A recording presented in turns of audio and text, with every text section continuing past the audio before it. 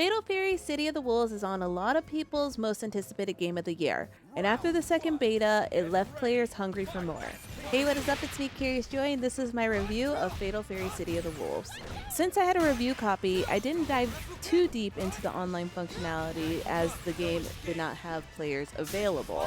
I know that online play is very important, but I honestly feel with how the second beta went towards the end of the weekend that SNK got the online figured out. But we won't know until the game gets more populated, so I will probably do another review later on. That being said, I did take a peek through the menus and saw that there was an online feature that wasn't available in the beta, and that is the fair play option. This is a scoring system that rates you on your disconnections from a match. The more you disconnect, the lower your rank goes, and you will be penalized and have to work on upping your score again. Not sure exactly how it's going to fully work, but it will be interesting to see. Other multiplayer modes include Party Versus. Party Versus is where you and up to 6 other players can play 3v3 battles. You can do it in a custom room, both online and offline. And you can also make a room that has custom rules to spice things up. And the last online mode I saw was clone mode, and it is exactly how it sounds. When fighting online, your clone starts identifying how you play and stores it so you can fight yourself and other players' clones. So now to focus on more of the offline mode, since that is the majority of the things I was able to have access to. If you are someone that loves combo trials in games, you may be a little underwhelmed. Each character only has 8 missions, and that is combined with 3 smart mode trials. I wanted to see if they provided more options, but since the game isn't the most elaborate when it comes to combos, I feel this is fair.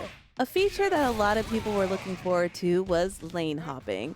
I tried to see if it was available online, but I only saw it in offline in both party mode and normal single player mode. The lane hopping mode is also only available on one map, so you can't go lane hopping everywhere else. It was jarring the first time I saw it, but after a while I can see how this can be fun with friends. I really hope that it will be available online, and I just couldn't find the functionality as of yet. But if not, hopefully it can be patched in later.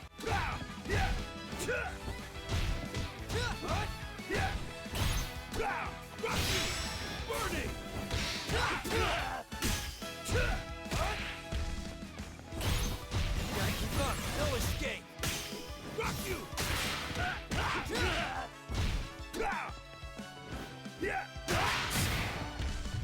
Look out!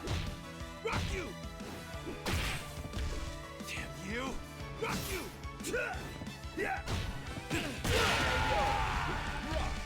Wait! You can do better than that.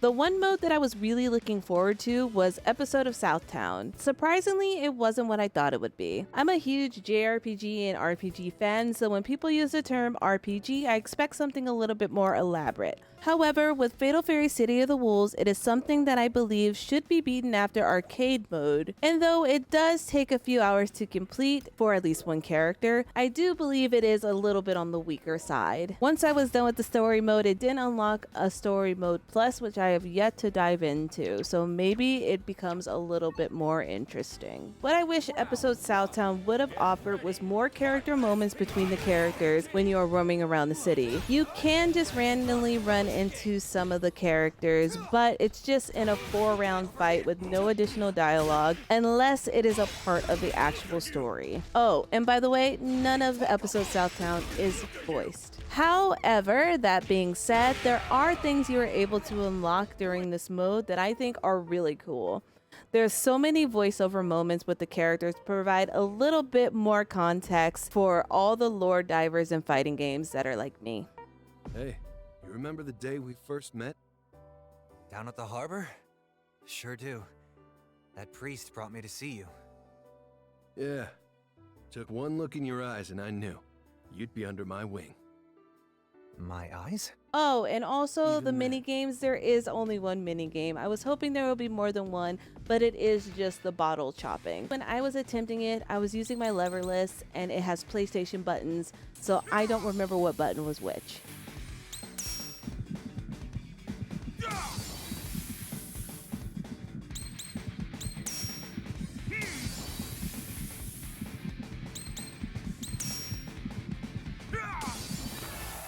You've got moves! I do believe episode Southtown is something fun for casual players to dive into, but I do honestly feel that your time is better well spent in arcade mode. Arcade mode is where you get more in depth with the story of Fatal Fury and what's going on, and there also is a fun little secret bosses. Some of the other features that I know people are really looking forward to is the color edit and jukebox. I was actually super surprised with how the jukebox functions because I fully expected you just to be able to pick a few songs, add it to a playlist, and then go on your merry way. But that's not it. What you can actually do is change the song that plays on the different menus as well as certain songs for each stage. The only bummer is that there's still no random select when it comes to picking your favorite stage on your online profile.